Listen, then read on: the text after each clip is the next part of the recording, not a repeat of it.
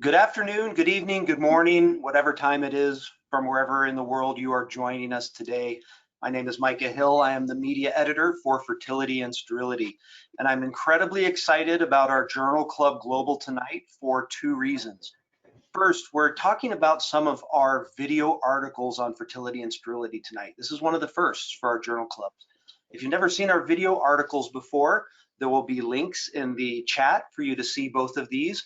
You can also look on YouTube and join over 15,000 followers of Fertility and Sterility on YouTube to see all of our surgical videos. But I'm even more excited tonight to begin future collaborations with our global colleagues who speak Spanish. And we're working with Ricardo de Loret de Mola. Sorry, I butchered your name, Ricardo, but I will let you correct that for me. And I know all of you know Ricardo, and he's been working hard with us to help get these events going, because we really want to target events in Spanish and other languages for the global colleagues that breathe their science in fertility and sterility, and those especially that are members of ASRM. So Ricardo, you're the chairman of the Department of OBGYN. You're a professor of microbiology, immunology, cell biology at Southern Illinois University, the gynecologist in chief and medical director for women's health at St. John's Hospital. So you have a lot of titles and roles, and you're also helping Fertility and Sterility reach out to our Spanish colleagues. So sir, I will turn it over to you, and thank you for really spearheading these events for us. And we'll have just a teaser at the end of the event. We'll be talking about future on-site events in Latin America and South America that we have planned for this year and future years. Ricardo, sir, over to you. Thank you, Micah, for that nice introduction. Buenas tardes a todos, bienvenidos a este Journal Club Global de Fertility and Sterility. Tenemos con nosotros a un grupo de panelistas extraordinarios. Realmente estoy muy agradecido con todos ustedes de que hayan querido participar. Les voy a presentar a la doctora Marta Luna. Ella es una especialista en endocrinología reproductiva y certificada en obstetricia y ginecología. Se unió a RMA de Nueva York en el 2005 y actualmente es codirectora de RMA Nueva York Internacional, ubicada en la Ciudad de México. Ella es profesora clínica del programa de residencias de obstetricia y ginecología en el Hospital American British Country, o como lo conocemos en México como el Hospital ABC.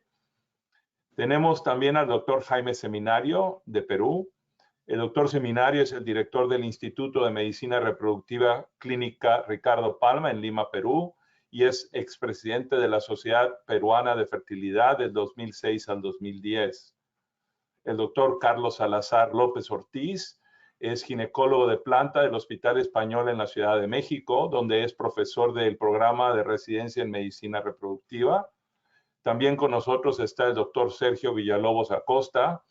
Él es especialista en ginecología y obstetricia, biología reproductiva y cirugía reproductiva mínimamente invasiva y cirugía robótica en la Unidad de Medicina Integral Femenina. Con nosotros también nos va a acompañar en unos minutos la doctora Leticia Solari. Ella tiene un pequeño conflicto y se va a unir a nosotros en los siguientes 5 minutos. La doctora Solari es médica ginecóloga especializada en infertilidad y cirugía mínimamente invasiva, y es codirectora del Grupo Centro de Medicina Reproductiva en Rosario, Argentina. Ella es miembro del Consejo de la Sociedad Argentina de Medicina Reproductiva y Sociedad Argentina de Cirugía Ginecológica y es cofundadora del Grupo Rosarino de Trasplante Uterino. De nuevo, gracias por estar con nosotros. Como ustedes han escuchado, uno de los detalles interesantes de este Journal Club es que utilizamos videos para hacer este Journal Club. El primer video es un video enfocado en el manejo de la endometriosis profunda, utilizando materiales de fluorescencia para guiar el tratamiento de las pacientes. Y el segundo video es sobre el uso de cirugía robótica y técnicas quirúrgicas para la resección de endometriosis diafragmática. De nuevo, estas no son dos áreas de las cuales en medicina reproductiva hacemos muchas cirugías. Sin embargo, nuestros panelistas van a poder hablar un poco sobre sus experiencias en el manejo integral de la endometriosis, en particular hablando de la fertilidad. Quisiéramos empezar con algunas preguntas para iniciar una conversación. Y la primera pregunta, doctora Luna, ¿la cirugía para la endometriosis mejora realmente la fecundidad en mujeres infértiles? Esto creo que, bueno, primero que nada, un agradecimiento enorme, doctor Noel de Mola, a CRM, a FNS y al doctor Maika y al doctor Bernhardt por la invitación a participar en este foro, y gracias, verdad que es un verdadero honor estar aquí. Esto creo que ha sido sin duda motivo de debate, ¿no? Y a la fecha no ha habido un consenso claro con respecto al impacto que tiene la cirugía en pacientes con endometriosis. Y si regresamos un poco más más bien a qué pacientes, ¿no? Les sugerimos una intervención quirúrgica, pacientes en quienes sospechamos de endometriosis. Hay claramente criterios clínicos que implementamos para decidir a qué paciente o qué pareja pudiera beneficiarse con una intervención quirúrgica. Pero siendo muy puntual en la pregunta que me hace, lo que sabemos es que en aquellas pacientes que tienen endometriosis superficial peritoneal, es decir, endometriosis mínima o leve, que cumplen criterios para someterse a una cirugía, una laparoscopía.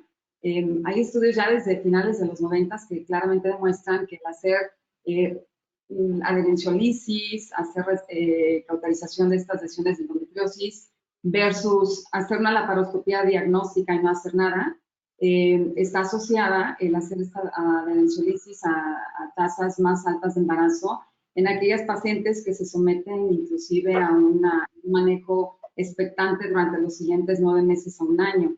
Entonces, en esas pacientes pudiera haber un beneficio. Uno de los artículos, podríamos decir, más importantes publicados en el 97 demuestran que por cada 12 pacientes que se someten a una laparoscopía, estos pacientes con endometriosis grado 1 o grado 2, lograremos un embarazo espontáneo. O sea, la tasa de embarazo incrementa como en un 9% aproximadamente. El mayor debate quizás es en aquellas pacientes en quienes hacemos una laparoscopía y encontramos endometriosis grado 3, grado 4. Sí, eso es el verdadero reto, porque bueno, no hay estudios autorizados que permitan demostrar un beneficio, ¿no? De hacer una intervención o hacer una cirugía ablativa en estas pacientes en lo que respecta a tratamientos de fertilidad. Muchas gracias, doctora. Doctor Seminario, y esas pacientes que tienen endometriosis estadio 1 y 2, como lo mencionó la doctora, ¿cuál es el manejo que ustedes están utilizando en el Perú para esas pacientes de endometriosis leves? ¿Qué es la conversación que tiene con esas pacientes? En realidad, para hacerles un poco de historia, yo estaba en la época en que nosotros hacíamos laparoscopía en un hospital, inclusive observábamos la endometriosis y no le hacíamos mayor cosa. Estoy hablando del año 84, 90.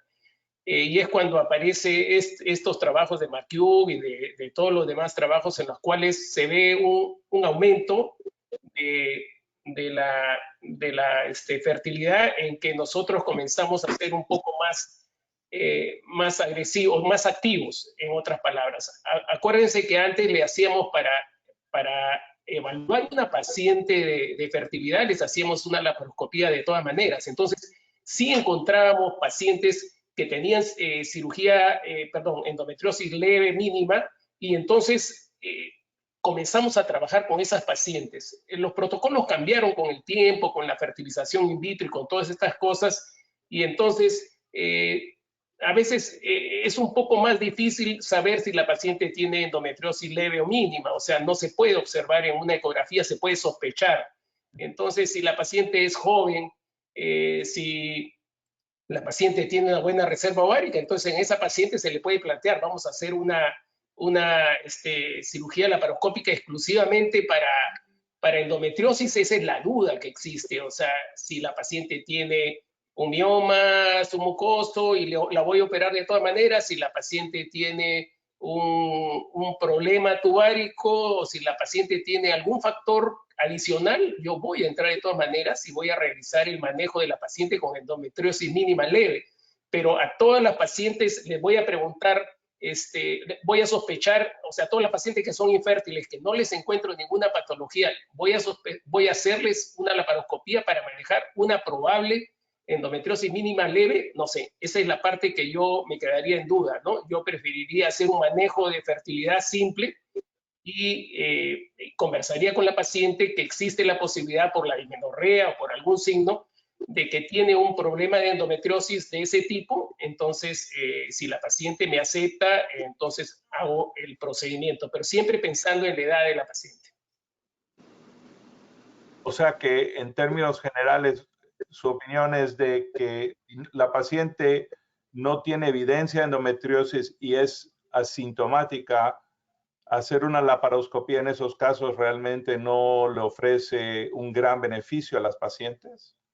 Sí, o sea, hay trabajos en los cuales si la histerosalpingografía es completamente normal y si bien yo puedo pensar de que podría haber un problema de endometriosis, si la paciente no tiene una evidencia, yo no debería ir a hacer una laparoscopía por el simple hecho de encontrar una endometriosis. Como bien ha dicho la doctora, o sea, yo beneficiaría a una de 12. Y la mayoría de estas pacientes, manejándolas activamente con una estimulación ovárica, con una inseminación intrauterina, más o menos tengo una tasa de éxito semejante a lo del endometriosis, lo de una laparoscopía para el manejo de endometriosis. En otras palabras, si yo no encuentro ningún signo o alguna evidencia que tenga endometriosis, no sé, me cuesta demasiado hacerle una laparoscopía. Doctor Salazar, ¿y cuál es su opinión con respecto a hacer laparoscopías en pacientes asintomáticas? Bien, pues como parte de un protocolo de manejo en la infertilidad pudiera caber esta opción. Ya lo decía el doctor Jaime, en épocas pasadas, pues ese era el protocolo y no solamente eso, era observar la enfermedad, dar un tratamiento y después hacer una segunda mirada, que se le llamaba. Hoy en día eso es poco práctico. La edad de las pacientes ha modificado mucho los criterios y entonces ahí tenemos que tomar en consideración varios aspectos, pero el principal para no perder el tema es si la paciente está asintomática, pero tiene un historial de infertilidad en donde se pueda justificar el procedimiento y ella elige con su pareja entrar a este tipo de protocolos, adelante, porque también mencionaba la doctora Luna que en la actualidad la reproducción asistida que va en forma paralela ha modificado muchos de estos criterios y en ocasiones el diagnóstico se puede hacer por sospecha y más no por confirmación como lo hacíamos años atrás. Entonces, en esos casos puede ser que sí se justifique el hacer una endoscopía para poder entonces tener un diagnóstico de certeza o descartar la infertilidad de origen desconocido. Y ahí, en esos casos, podría caber esta situación diagnóstica de endometriosis cuando es mínima o leve, porque si es moderada o severa, de antemano vamos a tener en estudios paraclínicos la sospecha y entonces ahí la justificación es de otra manera. Muchas gracias. Invito a todos los participantes que si tienen alguna duda, alguna pregunta, por favor pónganla en el chat. Pueden encontrar también en el chat las ligas para poder ver los videos de los que estamos hablando. Vamos a cambiar un poquito las cosas, doctor Villalobos, y no sé si nos pueda dar usted su experiencia en el uso de estas técnicas intraoperatorias que se puedan utilizar para identificar esa endometriosis que no es visible a simple vista. Y si usted tiene alguna experiencia que nos pudiera compartir. Bueno, sí, como sabemos, la enfermedad es complicada y a veces se deposita en lugares y entramos en una laparoscopía donde aparentemente no la vemos. Y ahí la importancia de lo que platicaba el doctor Salazar, que el manejo actual de la endometriosis preoperatoria es a través de estudios, ya sea de ultrasonido o resonancia, que nos pueden ayudar a ver lesiones en lugares donde no las podemos ver con el simple laparoscopio. Es decir, el laparoscopio no nos ve la pared del intestino, no ve la profundidad, no nos ve el interior de los paramétrios, a veces nos ve los ligamentos nada más engrosados, pero a veces no encontramos la enfermedad y podemos tener nódulos de endometriosis profunda más allá. Entonces, desde ese punto de vista, pues tener los estudios preoperatorios o tener la evaluación preoperatoria completa de las pacientes en las que vamos a entrar a estos casos, aparte de la evaluación clínica, pues nos ayuda a saber dónde está la enfermedad y ir a buscarla, aun cuando a veces no se ve por la laparoscopía. Hay algunas otras formas de ver la endometriosis en la laparoscopía que no es clásica, como son los defectos peritoneales, manchas blancas, manchas rojas, manchas de otro tipo que lo vemos ahí y hay que tener experiencia. Hay artículos que dicen que ojos entrenados en endometriosis ven hasta 80 veces más endometriosis que alguien que no tiene el entrenamiento o no tiene el interés de ver la enfermedad. Y eso pues también está ya claramente demostrado. Bueno, realmente esta fluoresceína de la cual se habla o se discute en estos artículos, que es la indocianina verde, esta se acumula en los tejidos vascularizados y tiene una vida media corta. La utilizan mucho los ginecólogos oncólogos para identificar nodos centinelas. ¿Usted piensa que realmente el uso de esta fluoresceína podría realmente ayudar para resecar esos lugares difíciles que a veces son difíciles de ver? Definitivamente sí. Durante mucho tiempo hacíamos este tipo de cirugías avanzadas, entrando, y hay que conocer la anatomía. No, la anatomía o el verde no te va a cambiar la anatomía, es importante conocerla. Sin conocer la anatomía, la neuroperbiología, el paso de los ureteros, vasos, todo, no vas a hacerlo. Sin embargo, el verde indocianina no es que te ayude a ver mejor la enfermedad, te ayuda a delimitar dónde están los tejidos sanos. Por ejemplo, la usamos frecuentemente en casos de pelvis congelada por endometriosis, inyectándola intraureteral, en los uréteres, y al pintar los uréteres es mucho más fácil encontrarlos y disminuir la posibilidad de lesionarlos. La inyectamos después de hacer anastomosis intestinales, tratando de favorecer o asegurarnos que la anastomosis está bien vascularizada y disminuir el riesgo de fístula o de riesgo de fuga en esos pacientes. Y también a veces la utilizamos para detectar cuál es el tejido sano.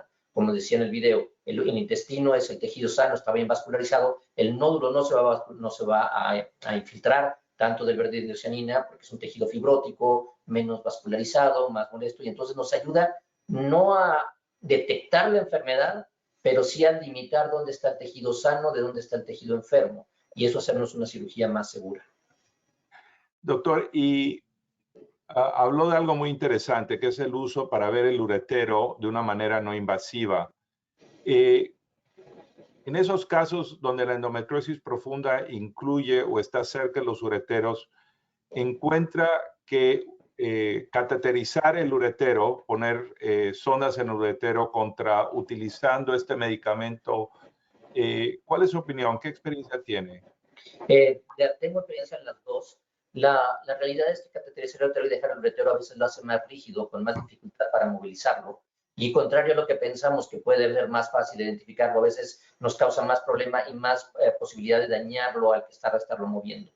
Cuando utilizamos el verde indocianina no estamos dejando el uretero fijo, nada más nos brilla el uretero con la técnica y lo podemos identificar fácilmente y mover mucho más fácil, encontrar el tejido sano y el tejido enfermo.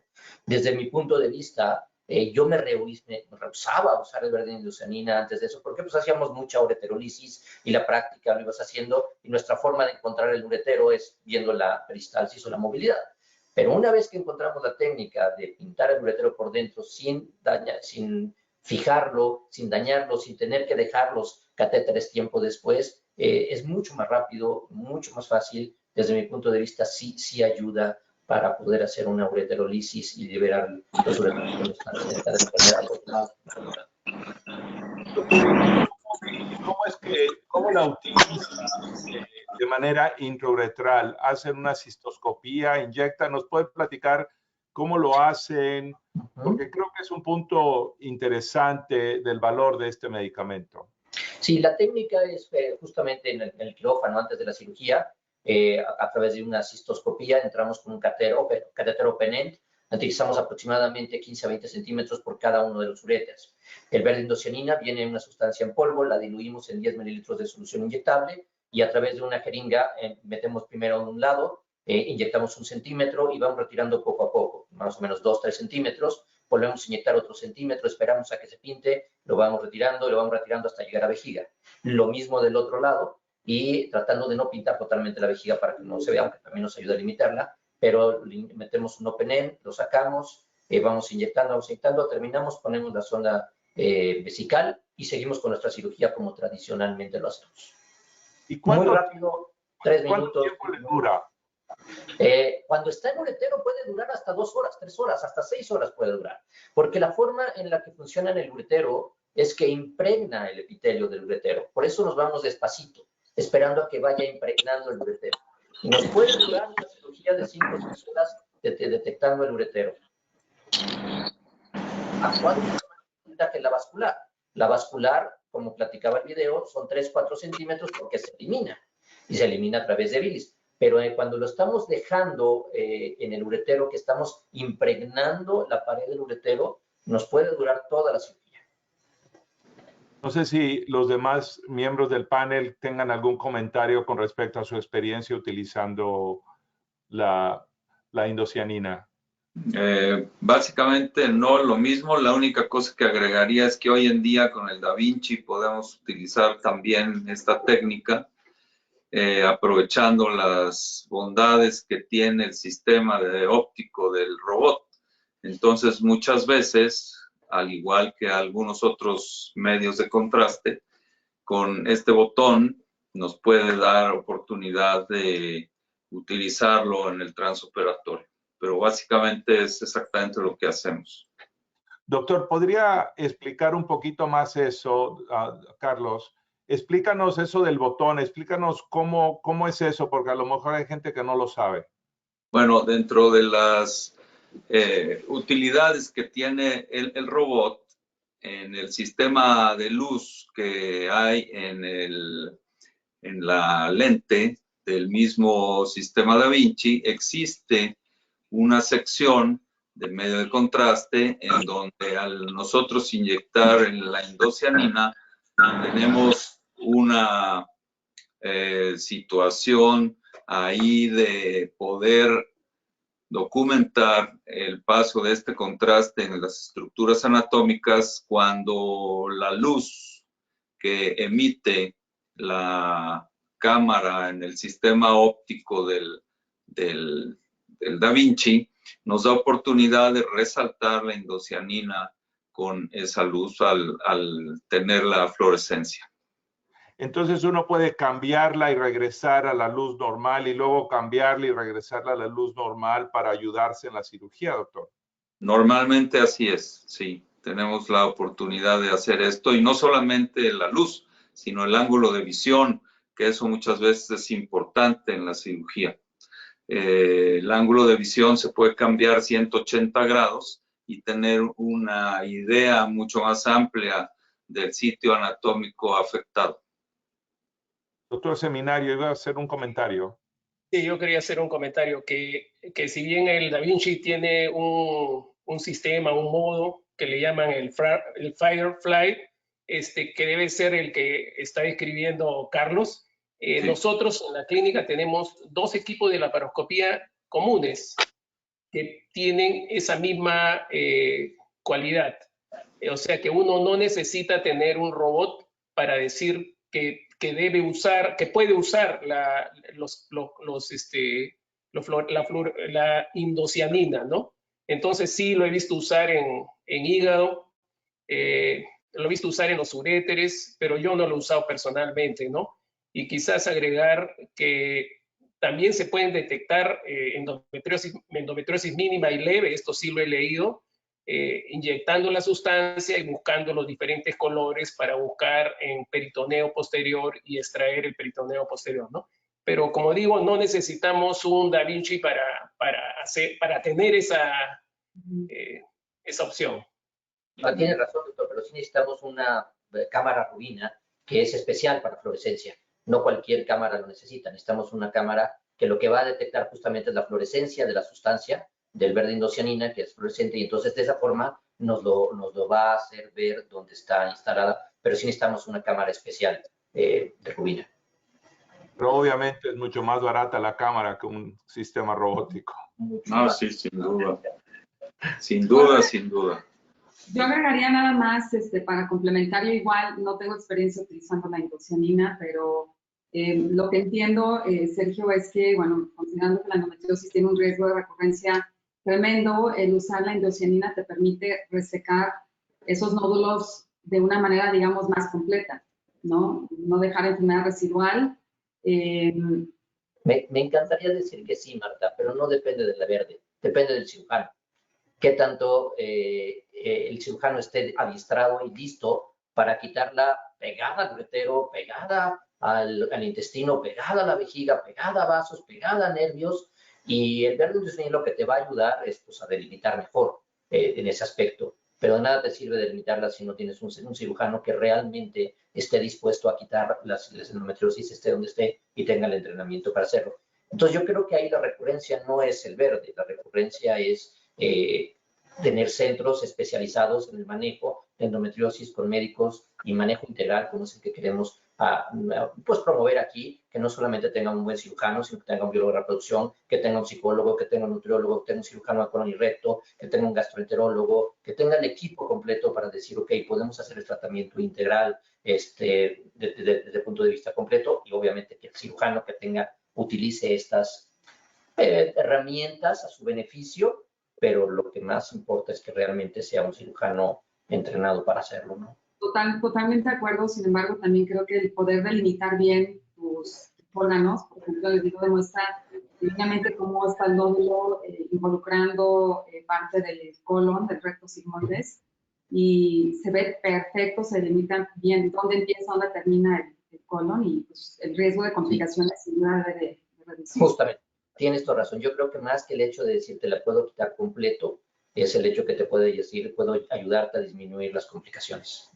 Bueno, ¿y creen ustedes que vamos a hablar de una paciente con dolor pélvico crónico que no pone el laparoscopio, no ve nada claro? ¿Tiene algún valor la indocianina para poder identificar lesiones que no son visibles al ojo normal?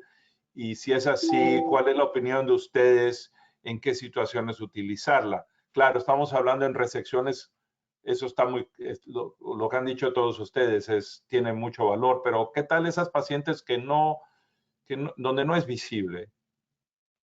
La verdad es que yo creo que no. Si no sabes dónde está antes de entrar a operar, llegar y ponerle un verde indocianina para que te diga dónde está no es la opción. La verde indocianina te va a ayudar para delimitar órganos, te va a ayudar para hacer una cirugía, pero de entrada, antes de entrar a quirófano, lo ideal es que tú sepas dónde está la enfermedad y sepas a dónde ir a buscarla y dónde quitarla. Hay trabajos, perdón, nada más para complementar, hay trabajos que muestran que en biopsias realizadas sin y con la indocianina, en, digamos, áreas en teoría que son sugestivas de endometriosis, al final el estudio histopatológico demuestra que no te incrementa ni la sensibilidad ni la especificidad de diagnosticar endometriosis, si no la ves, ¿no? Ajá. O sea que no debemos de pensar que este sea un instrumento para diagnosticar algo que no podamos diagnosticar sin su utilización. No, estoy de acuerdo contigo, pero es un método diagnóstico. Es una herramienta para mejorar tu cirugía, disminuir las complicaciones, hacerla más fácil, pero no es un método diagnóstico de la endometriosis. Por lo menos no que yo tenga entendido. Muy bien. Vamos a hablar ahora un poco sobre el enfoque quirúrgico para extirpar la endometriosis cuando se encuentra en estructuras anatómicas no comunes, ya sea en la pelvis o en el abdomen. De nuevo, hablando de este caso de endometriosis del diafragma, pero también puede ser en la vejiga, los ureteros, la vasculatura pélvica, intestino, apéndice, etc. Quisiera ver si todos ustedes pudieran contribuir un poco sobre su experiencia, sobre ¿Cómo abordan esos casos un poco más difíciles?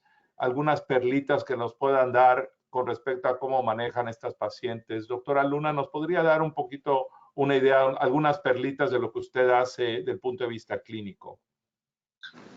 Sí, aquí yo creo que vale mucho la pena recalcar, ¿no?, el motivo por el cual estamos operando en primer lugar a ese paciente, ¿no? Si la estamos operando, en mi caso, yo veo pacientes que tienen el objetivo de lograr un embarazo, o sea, yo veo pacientes con infertilidad, de tal forma que en aquellas pacientes en donde llego a establecer un diagnóstico de endometriosis avanzada, que típicamente esto lo hago ya sea mediante el ultrasonido o en el caso, si estoy planeando hacer una intervención quirúrgica, sí les pido una resonancia magnética en aquellos casos donde sospecho de endometriosis grado 3, grado 4, siempre y cuando haya una causa que justifique esa cirugía, ¿no? Porque igualmente la paciente está buscando embarazarse.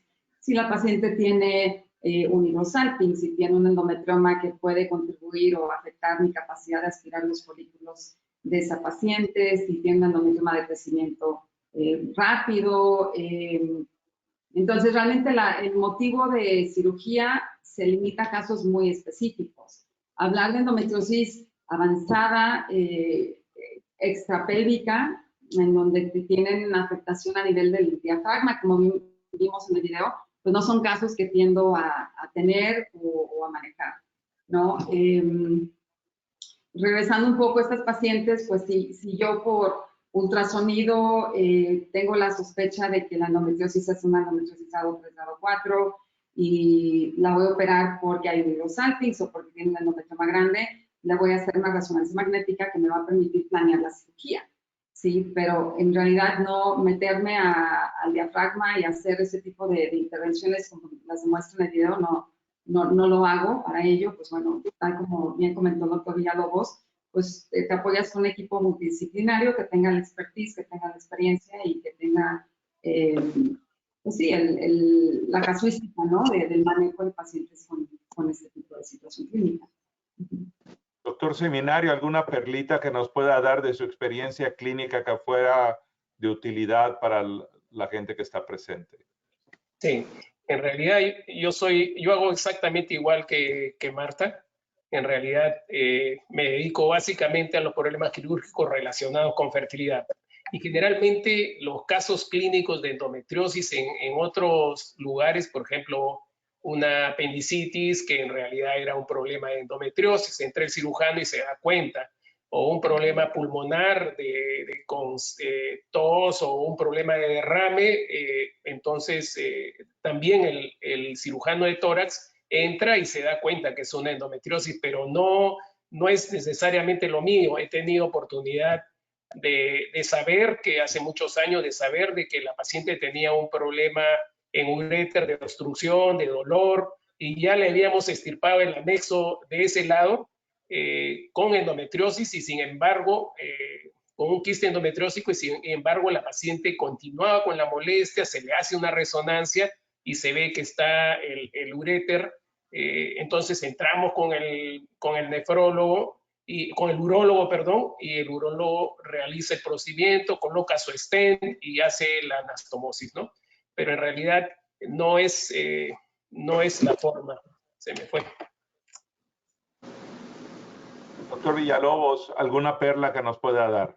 Cuando nuestro centro es un centro de referencia donde nos llegan pacientes de endometriosis, afortunadamente de todo el país y otros lados, y muchas veces con cirugías, con casos clínicos y todo.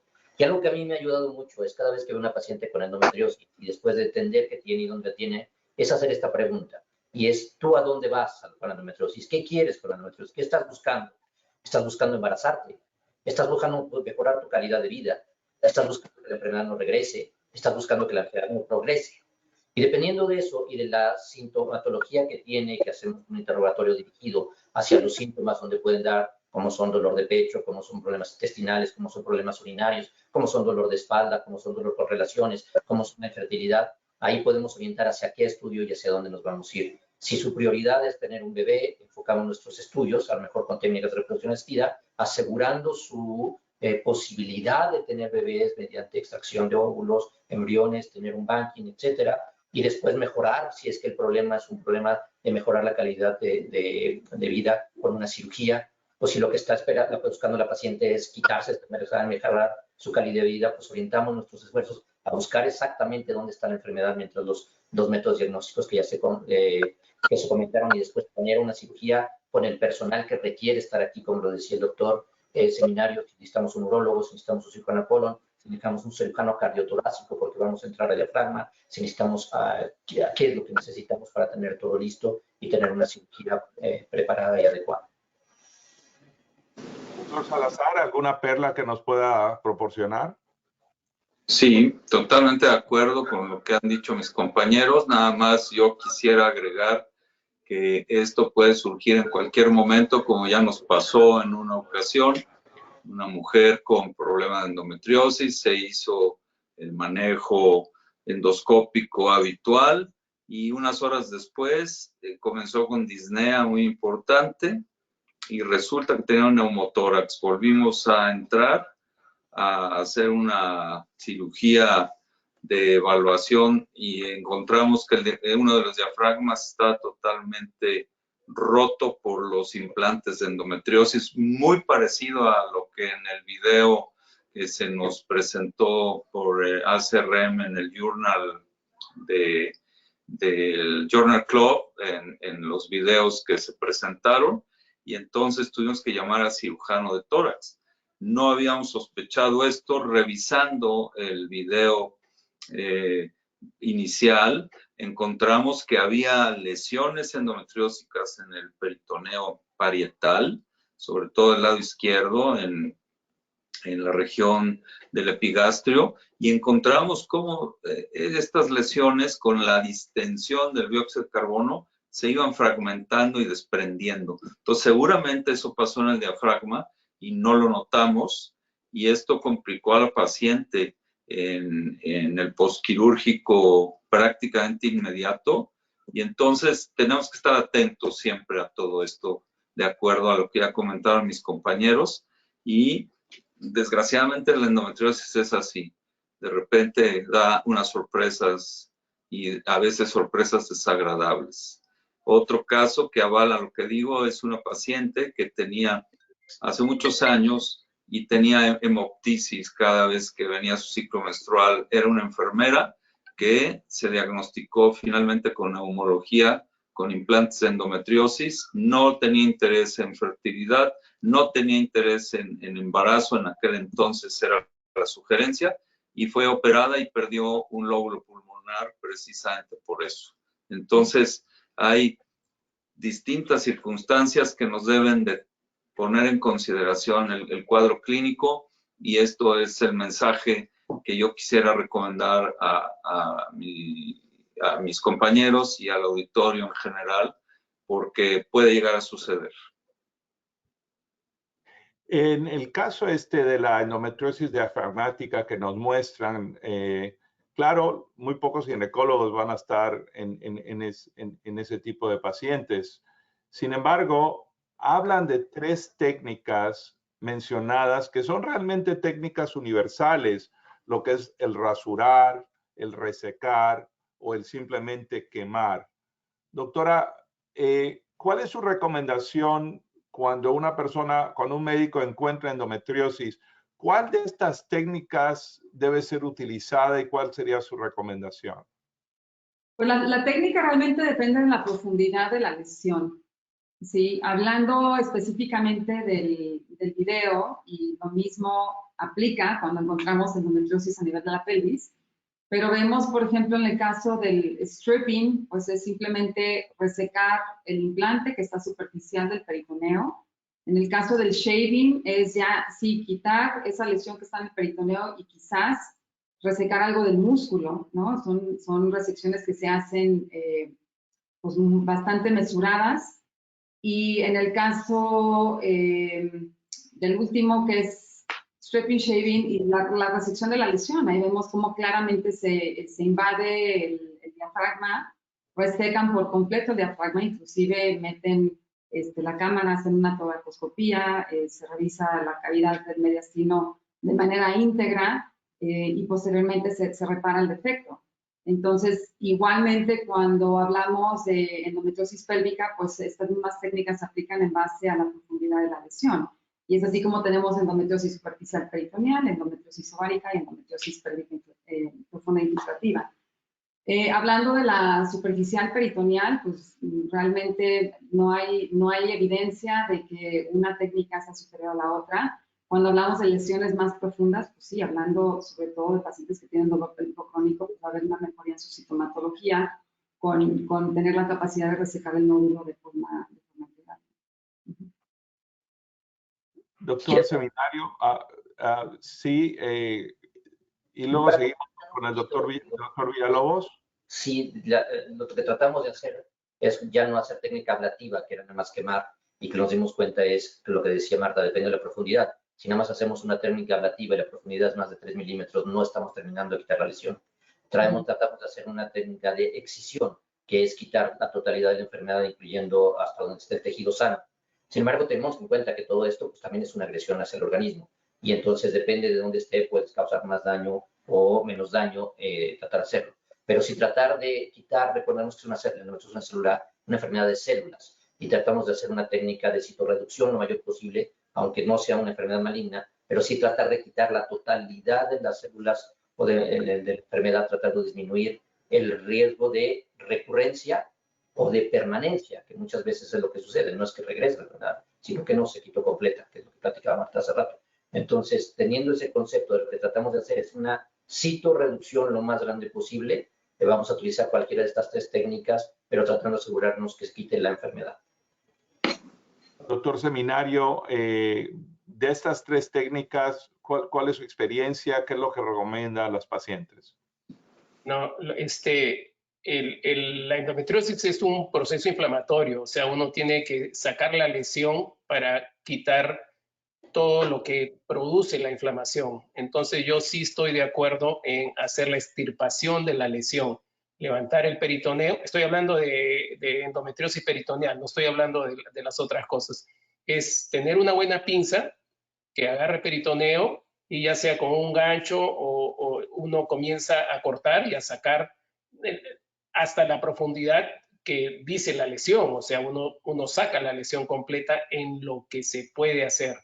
Ese es un tema, pero si nosotros hablamos de estudios, así como dijo Marta, no hay diferencia estadísticamente significativa entre cauterizar, electrocoagular y hacer la extirpación de la lesión.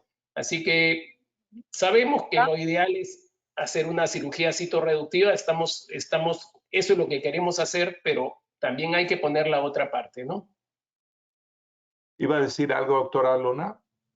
No, iba a comentar, completamente de acuerdo con el comentario del doctor Seminario, y también otra vez, el motivo por el cual estamos operando a la paciente. Evidentemente, si es por dolor, pues tienes que tratar de resecar en la mayor medida posible esas lesiones. Pero hablando de fertilidad y del impacto que pudiera tener coagular o resecar la lesión, pues sí, la evidencia demuestra que no hay diferencia.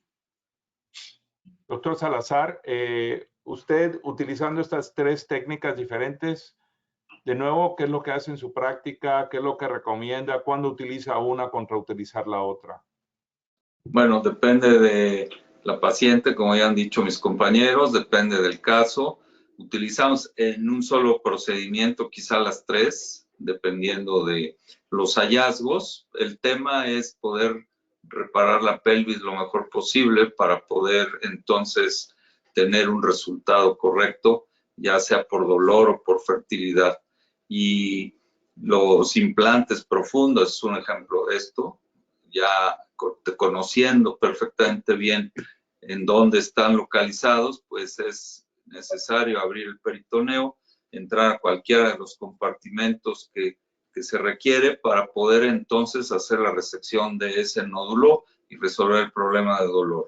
Si es una lesión de endometriosis que impacta sobre la fertilidad y en específico podemos agregar aquí la adenomiosis, entonces yo puedo en un momento determinado utilizar una técnica doble en donde no solamente puedo yo hacer cualquiera de estas 3 opciones de tratamiento que se comentan, sino puedo introducir un receptoscopio al interior del útero y romper el miometrio para drenar a través de la cavidad endometrial el acúmulo de material de adenomiosis que tengo perfectamente bien localizado en la parte anatómica del miometrio. Entonces, es muy variable la oportunidad que tenemos como cirujanos para poder resolver esto. Lo importante es el enfoque que le debemos de dar para poder resolver de la mejor forma esta cirugía y evitar los multitratamientos. Otro aspecto interesante del caso de endometriosis diafragmática era el posicionamiento de la paciente, cómo en ciertas situaciones hay que posicionar a la paciente de una manera u otra. Y de nuevo sabemos que la posición de la paciente también puede llevar o conllevar a daño neurológico. Doctora Solari, ¿nos escucha? Sí, ¿me escuchan? No sé por qué no puedo verlos, pero estoy acá. Estoy escuchando la sesión. Muy bien. No pueden ver, en realidad. Qué bueno que ya esté con nosotros. Entonces estamos ahora... Sí, hace rato que lo estoy escuchando, así que estoy acá con ustedes. Bueno, qué bueno que estás con nosotros y que puedes comunicarte. Estamos hablando del posicionamiento de las pacientes, uno para resecar endometriosis y otro para poder evitar lesiones o complicaciones por el posicionamiento.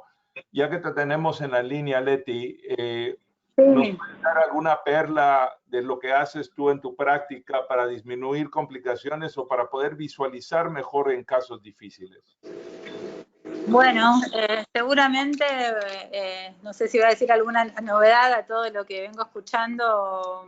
La verdad que primero agradecerles esta oportunidad de estar acá con todos ustedes.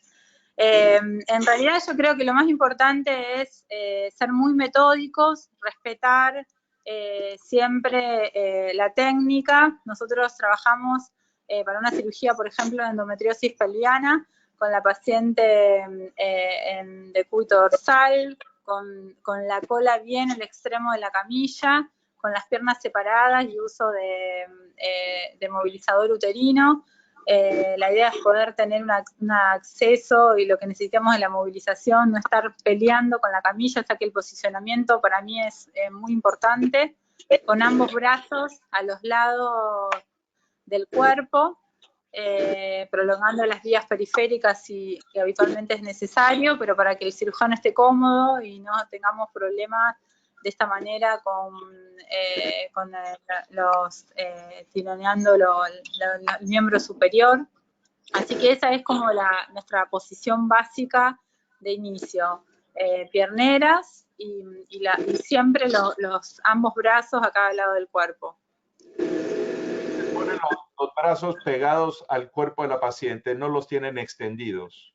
Nunca extendidos, no. Excepcionalmente, en algún caso que el anestesiólogo nos pida por alguna situación médica particular, que algún problema con una vía, si no de rutina están ambos lados, al lado del cuerpo. ¿Alguna perla que nos pueda dar de posicionamiento cuando opera pacientes? No, igual. Aquí en México posicionamos a la paciente tal cual comentó la doctora Leti.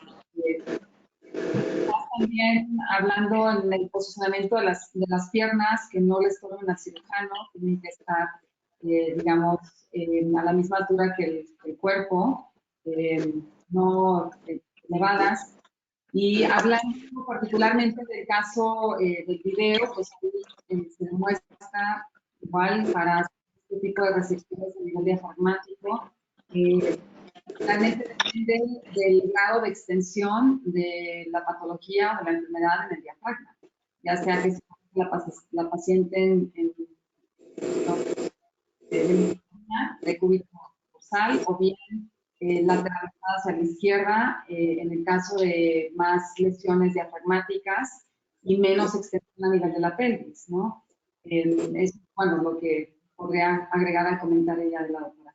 Tengo aquí una pregunta de la audiencia. Doctor Seminario, ¿qué hay de aquellas pacientes jóvenes cuyo único factor alterado es una histerosalpingografía con leves adherencias, pero trompas permeables?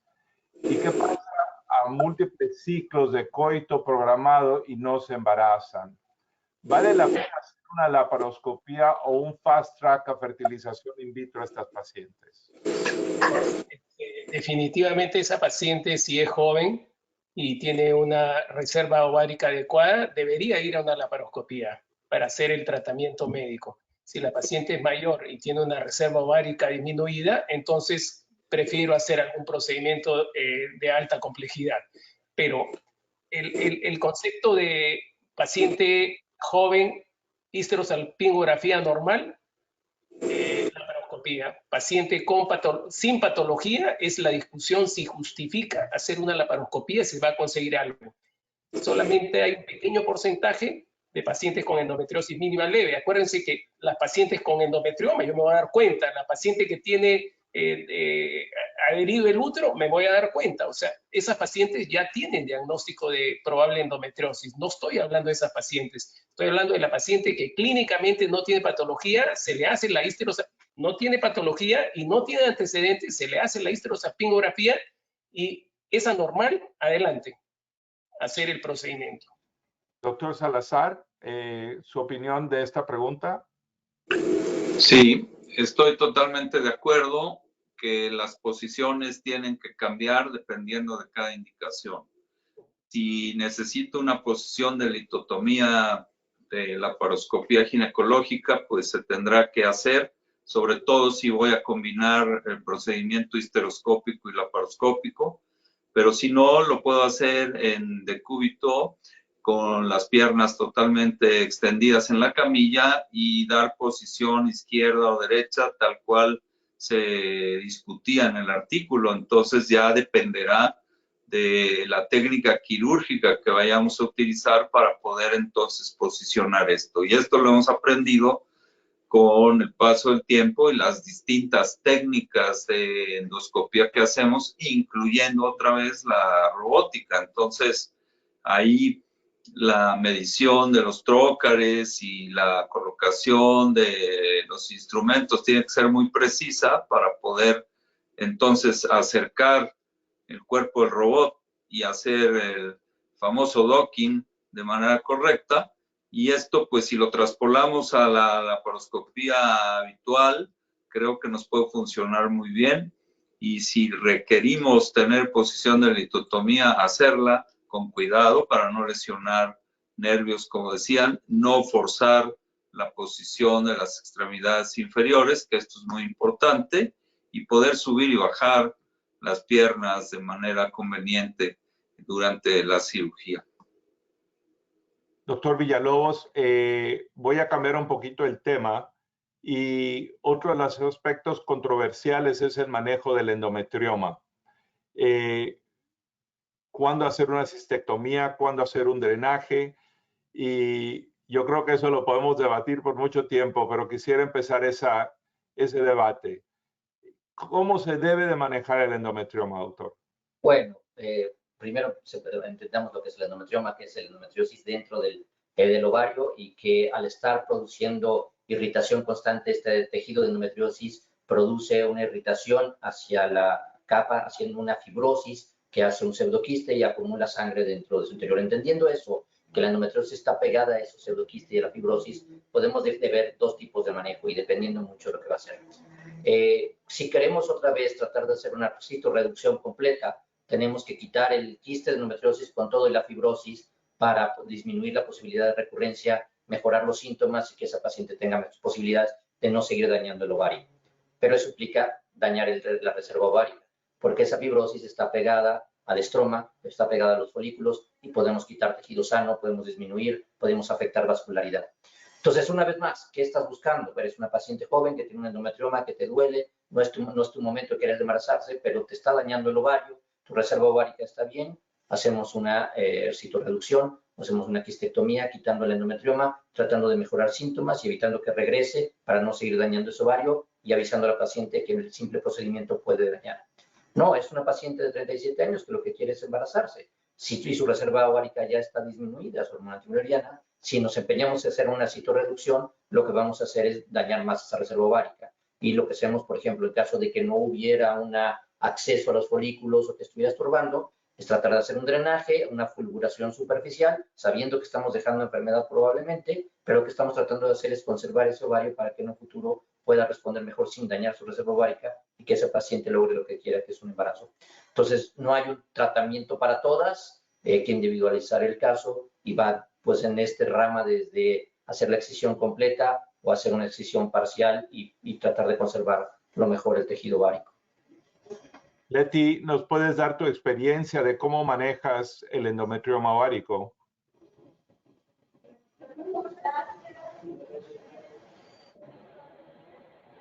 No te escuchamos bien, Leti.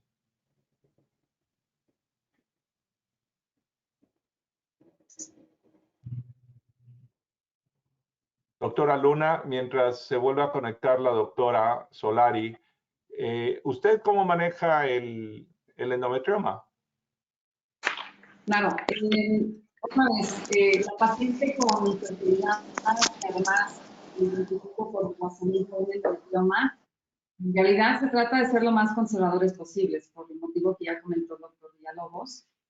Hay indicaciones muy claras de hacer una resección, un endometrioma previo a un tratamiento de reproducción asistida, pero si el endometrioma es un endometrioma que mide menos de 3 centímetros y sobre todo si la paciente no tiene sintomatología, dolor pélvico crónico, está completamente asintomática, el manejo tiende a ser conservador.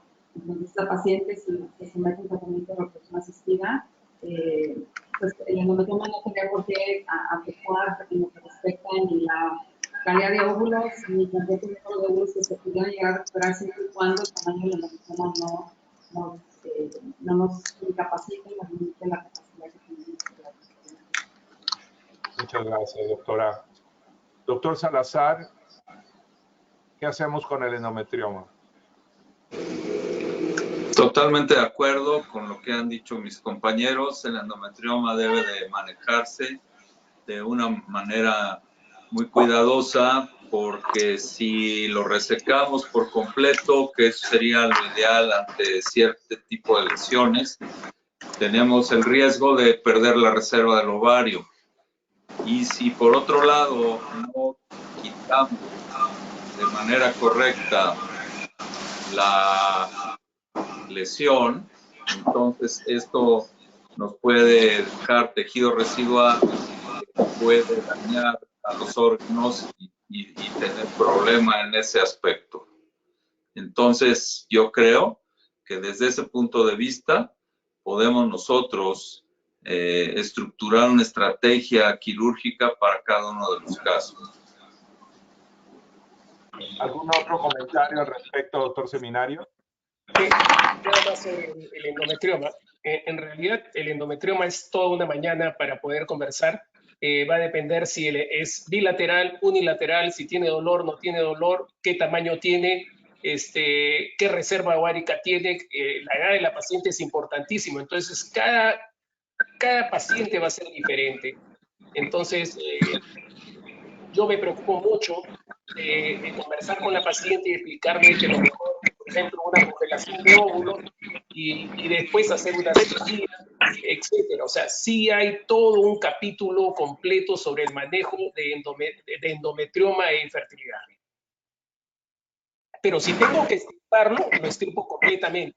Y yo creo que la técnica quirúrgica tiene que ser muy fina, muy delicada y tratar de conservar. No cualquier persona debería operar un endometrioma, sino gente con experiencia, con las pinzas adecuadas, con el material adecuado, con todo el tiempo necesario, no hacer coagulación, etcétera, etcétera.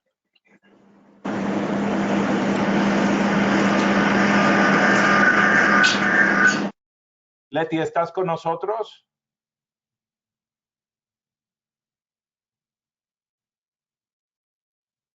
Hola, ¿sí me escuchan? Y te escuchamos, Leti. Estamos Sí, sí. preguntando la opinión del Sí, endometriosis. yo estuve conectada, estoy escuchando, escuché todos los comentarios, de acuerdo. Creo que aparte, para aportar, es también, creo, fundamental el manejo por un especialista. La cirugía no es la misma.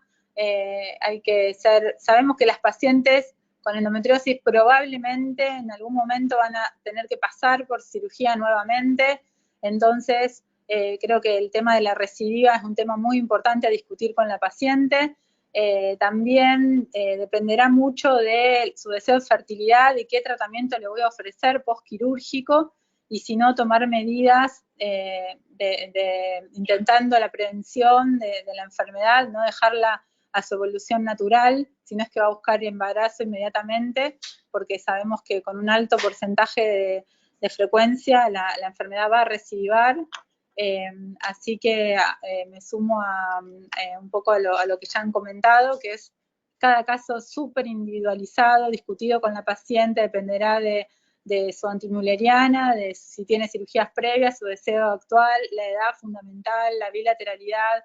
O sea, son todos factores muy importantes al momento de tomar la decisión de cirugía, sí o no. Y si decidimos cirugía, nosotros habitualmente optamos por la quistectomía, que como creo que dijo la doctora al principio, fundamentalmente la planteamos en endometriomas mayores a 3 centímetros. Muchas gracias, doctora Solari. Bueno, ya son las 6 de la tarde, hora del centro de los Estados Unidos, así es que de nuevo les agradezco a todos ustedes muchísimo el que hayan participado, y estoy seguro que vamos a tener muchas más oportunidades de poder conversar de aspectos de reproducción humana. Le voy a dar la palabra al doctor Hill para que cierre este evento, y de nuevo agradezco la atención de todos ustedes de acompañarnos en este Journal Global en español. Dr. Hill. Thank you, Ricardo. First, I just want to thank all of our experts for coming. I've been following as quickly as I could in Google Translate, and now I want to get this translated and into English so I can fully understand what we learned from our experts tonight. But truly, thank you so much for sharing of your expertise and your time. And I'm very excited that we'll be able to do more of these events, both in Spanish and in English, and with some of our societies located in the Americas. So Ricardo, I'll turn it back to you for the final good night, and maybe just give an announcement of a couple of our future events coming down the road in 2023. Así es, vamos a tener el siguiente Journal Club Global en español durante la reunión de la Sociedad Mexicana de Medicina Reproductiva, que va a llevarse a cabo en la bella ciudad de Acapulco, en México. Va a ser del 19 al 22 de julio de este año, y tenemos ya programada a las 5 de la tarde, hora de México, un Journal Club Global híbrido, donde vamos a tener personas que van a poder discutir los artículos en vivo, y vamos a poderlo proyectar a todo el mundo. Y esto va a ser el día 20 de julio a las 5 de la tarde, hora de México. De nuevo, muchísimas gracias a todos los panelistas. Amigos, muchísimas gracias por aceptar esta invitación. Espero que no sea la última y que sean muchísimas más. Y de nuevo, un gran agradecimiento al Dr. Hill y a Fertility and Sterility, tratando de llegar a nosotros los médicos hispanos y tratar de expandir nuestros conocimientos también. Muchísimas gracias. Gracias. Gracias por la invitación. Gracias. Gracias, Leti.